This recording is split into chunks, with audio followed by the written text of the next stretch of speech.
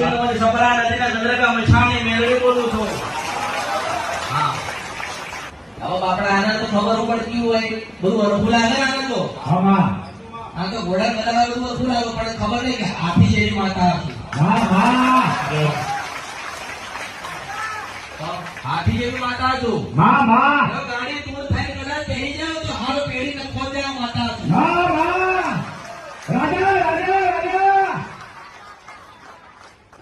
એટલે હું હારી મારા માં તો ત્યાં સુધી જ છું. બાકી કદાચ આગળ જતા રહ્યા હું શું કહું તમે શીખો તમે બધું કરો કે 1000 વખત કીધું કે ભુવા બનતા પેલા ભગત બનો. ભગત બની જ્ઞાન લો. દેવની કૃપા એની જાતે પણ છે. એની જાતે દેવની કૃપા પણ છે, કલ્યાણ કરશે, સતના માર્ગે બતાવશે, સતત બુદ્ધિ આવે છે, તમારા દેવાલ છે.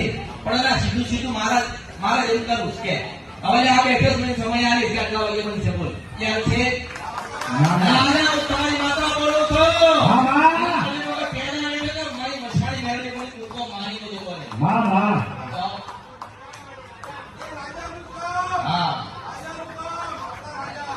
રાજા છું રાજા છું રાજા છું રાજા છું રાજા છું હે બધા રાજા છો. હા તો હું તો હુંથી મંદિર આવી અને તમારા માટે જ જાગી છું કે તમે જાગી જાવ તો સારું.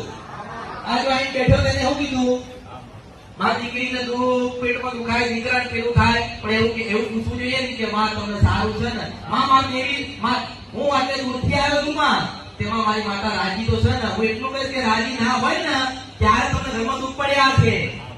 રાજી નથી એટલે તમારે મારી જરૂર પડે છે. અને કદાચ હું બોલતી બંધ થઈ તમે જશો ક્યાં? હે કદાચ હું બોલતી બંધ થઈ તમે કરશો શું? તો આજો અડધા તો ભુવા બની ગયા હોય અડધા ભુવા બની જાય માસ્ટર. મને હેડ મુંબઈ ગયા હોય એક વખત આ ઘરે હું મને જોયા હું તપાસ કરીને આવું.